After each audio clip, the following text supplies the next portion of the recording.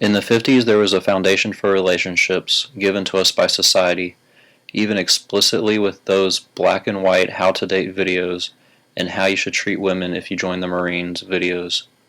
If you haven't seen them, they are pretty interesting. But now today, most people somewhat reject any foundation laid out for them to varying degrees, if any foundation is laid out for them at all. We all have our own ideas of what we want and expect. This creates an extra layer of difficulty for finding someone. First, we have the layer of wants, a series of visions of the life you want. This is the foundation layer. The other layer is chemistry. You might find someone who has completely different tastes than you. One likes sports and one likes reading. But they may still have great conversations that last until they get kicked out of the restaurant. Now, if your chemistry matches up, but your wants are different, the relationship never lasts. One person wants to hook up while the other wants a relationship. If their chemistry does shove them together, it's a mess leading them to heartbreak. What people want out of life is everything to them. And why would they compromise with the only life they have? If you want kids, then no sacrifice is too great for that goal. This way of thinking, for better or worse, dominates over the meta of USA, England, and Japan.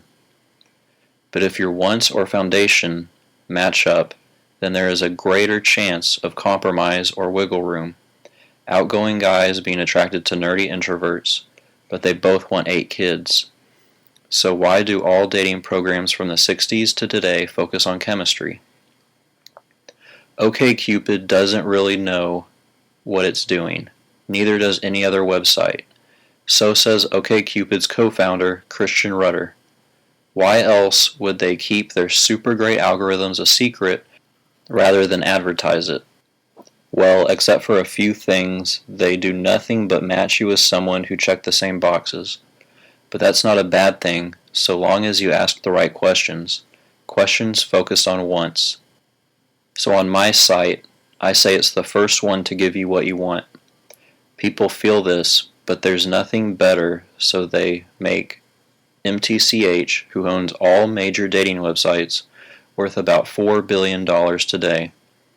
Now all these sites boil down to who looks the best and is close enough. But what if you also knew someone who also wants to hook up twice a week, once on Tuesday and again on Friday from 7 to 9 p.m., or someone who also wants to date every Friday after work with only a kiss on the cheek at the end? Whatever you want, you can find someone who has the same want and same expectations. That not only gets you what you want, though. Making expectations clear makes those first dates less pressured. When you can feel relaxed, you can be yourself, and which in turn reveals the true nature of the chemistry those two people share. It snowballs positivity rather than negativity, because on the other websites, if you don't both like sports, then the other websites keep you away from each other because of a misunderstanding of chemistry. And from 1995, now this pattern has only gotten worse, and we have now reached the bottom of the structureless barrel. From here, society can only crave towards structure that can be seen with Japanese websites for contract marriages and other arranged marriages. Ironically, it's the gold digger websites that get it right. One girl wants to be spoiled, and one rich guy doesn't want to not get exactly what he wants. I wouldn't be surprised if these relationships lead to marriage because they both have an understanding between them that serves as the structure to live the life they want, where all their needs and wants are met. And it must be mentioned that the people with the most consistent and highest rates of marriage satisfaction come from arranged marriages. Their enthusiasm is the lowest in the beginning and increases over time because they have the foundation and structure of their wants and expectations being met first. They are met with a kind of terms and conditions, a contract, a treaty, a declaration. People will catch on to this eventually, but I am ahead of the curve. I see the patterns of the most asked questions and the reasons behind them. The most asked questions on every first date and dating website is, why are you here? What are you wanting? In women who receive hundreds of messages, their description almost always says, don't ask me why I'm here, and then they explain what they want. This is one of the flags showing the future. Others include friend zoning becoming a social issue, people unable to function without structure and think themselves into an inescapable loneliness. Of course, I'm talking about the self-titled, involuntarily celibate mass killings. So not only am I trying to pave society's rough road, I'm also trying to make money to pave that road with. We have many technologies that make our lives more efficient. Let's not make dating exempt from that.